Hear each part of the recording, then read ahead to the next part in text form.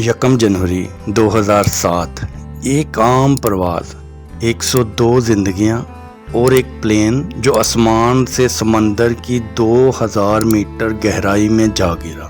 آخر وجہ کیا تھی؟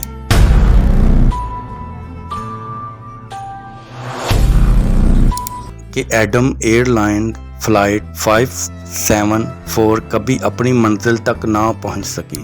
کیا یہ پائلٹس کی غلطی تھی، ایک پرانے پلین کی ناکامی، یا کچھ اور؟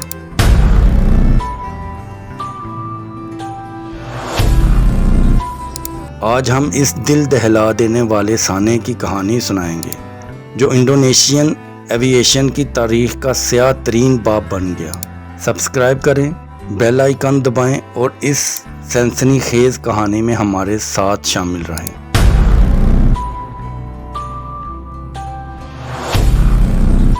کیسے ہیں دوستو؟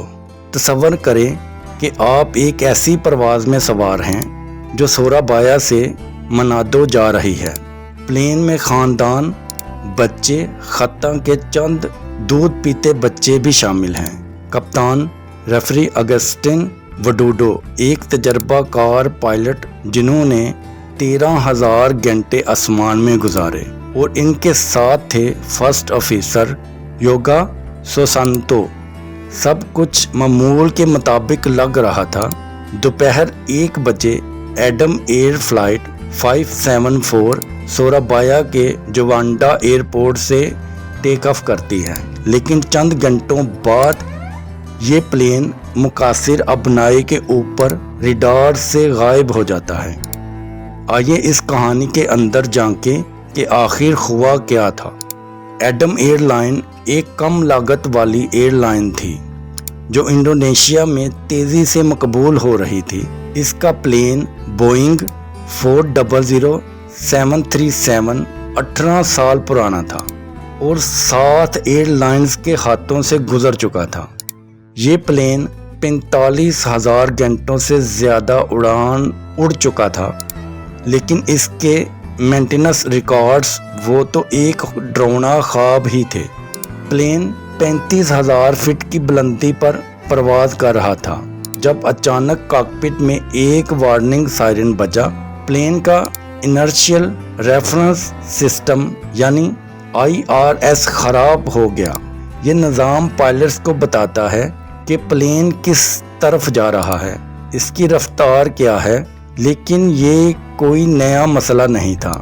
اس پلین میں پچھلے 3 ماہ سے IRS نے 150 سے زائد بار خرابی کی رپورٹ کی تھی۔ پائلٹس نے اسے ٹھیک کرنے کی کوشش شروع کی، لیکن یہ فیصلہ ان کے لیے آخری فیصلہ ثابت ہونے والا تھا۔ کپتان وڈوڈو اور فرسٹ آفیسر سوسانتو نے IRS ایٹیٹیوڈ موڈ میں تبدیل کیا۔ اس سے فلائٹ ڈسپلے چند سیکنڈز کے لیے خالی ہو جاتا ہے، لیکن اسی دوران ایک خوفناک چیز ہوئی۔ پلین کا آٹو پائلٹ بند ہو گیا۔ ایک بلند وارننگ سائرن بجا، لیکن پائلٹس اس قدر مصروف تھے کہ انہوں نے اسے سنا ہی نہیں یا پھر نظر انداز کر دیا۔ یہ پلین پہلے سے ہی دائیں طرف جھک رہا تھا کیونکہ اس کے ایلرونز میں ایک غیر حل شدہ خرابی تھی۔ جیسے ہی آٹو پائلٹ بند ہوا، پلین تیزی سے دائیں طرف جھکنے لگا۔ پائلٹس نے کنٹرول سنبھالنے کی کوشش کی، لیکن پلین اب ایک بے لگام راکٹ بن چکا تھا۔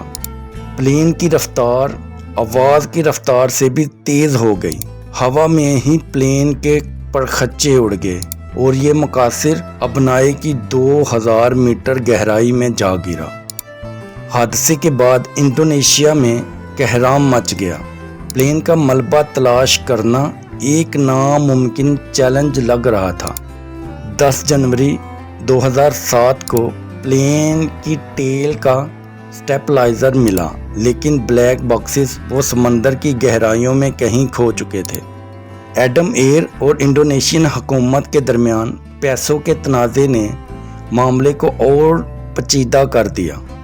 بالآخر 6 ماہ کی انتھک محنت نے رنگ لایا اور اگست 2007 میں امریکی کمپنی فینکس انٹرنیشنل اور امریکی بحریہ نے 1400 میٹر کی گہرائی سے فلائٹ ڈیٹا ریکارڈر اور کاکپٹ وائس ریکارڈر نکالے اور پھر ان کا ڈیٹا ریکور کیا گیا، انالائز کیا گیا تو ان دونوں نے اس سانے کی اصل کہانی کھولی۔ پلین تباہ ہونے سے چند سیکنڈز پہلے کی ریکارڈنگز، جن میں 4 پوائنٹس اہم تھے۔ سب سے پہلے کپتان بولا، یہ کیا ہو رہا ہے؟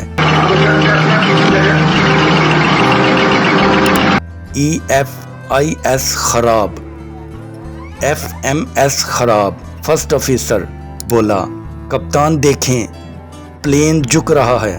پھر کپتان بولا، اللہ اکبر اللہ اکبر۔ فرسٹ آفیسر بولا، پل اپ پل اپ۔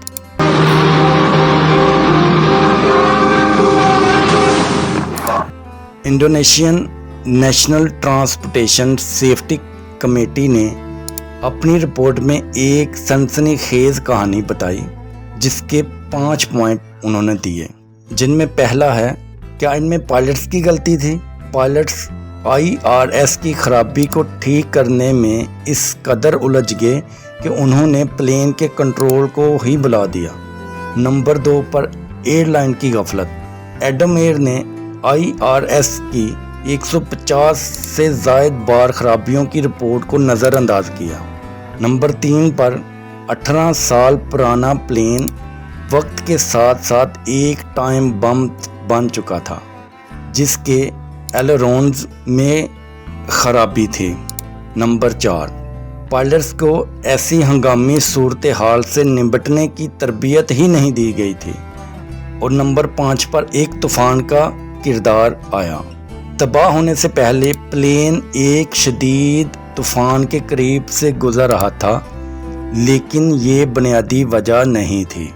یہ ایک ایسی ایئر لائن کی کہانی ہے جو پیسے بچانے کے چکر میں حفاظت سے کھیلتی رہی اور اس کی قیمت 102 زندگیوں نے چکائی۔ یہ حادثہ ایڈم ایئر کے لیے آخری دھچکا ثابت ہوا۔ 2008 میں ایڈم ایئر کا ایئر آپریٹر سرٹیفکیٹ کینسل کر دیا گیا اور یہ ایئر لائن ہمیشہ کے لیے بند ہو گئی۔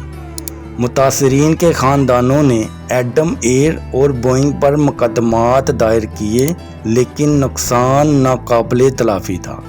اس حادثے نے انڈونیشین ایوییشن کو ہلا کے رکھ دیا، کیونکہ یورپی یونین نے انڈونیشین ایئر لائنز پر پابندی لگائی اور نئے سیفٹی قوانین متعارف کروائے۔ لیکن سوال یہ ہے، کیا یہ سبق وقت پر سیکھا جا سکتا تھا؟ اگر ہاں تو کیوں نہیں سیکھا گیا؟ اور اس حادثے میں 102 جانیں ضائع ہونے کا ذمہ دار آخر ہے کون؟ ایڈم ایئر فلائٹ 574 کی کہانی ہمیں بتاتی ہے کہ حفاظت سے سمجھوتا کبھی نہیں ہونا چاہیے۔ آج ہم ان 102 زندگیوں کو خراج تحسین پیش کرتے ہیں جنہوں نے اس حادثے میں اپنی جان گنوائی۔ آپ اس کہانی سے کیا سبق سیکھتے ہیں؟ کامنٹس میں بتائیں۔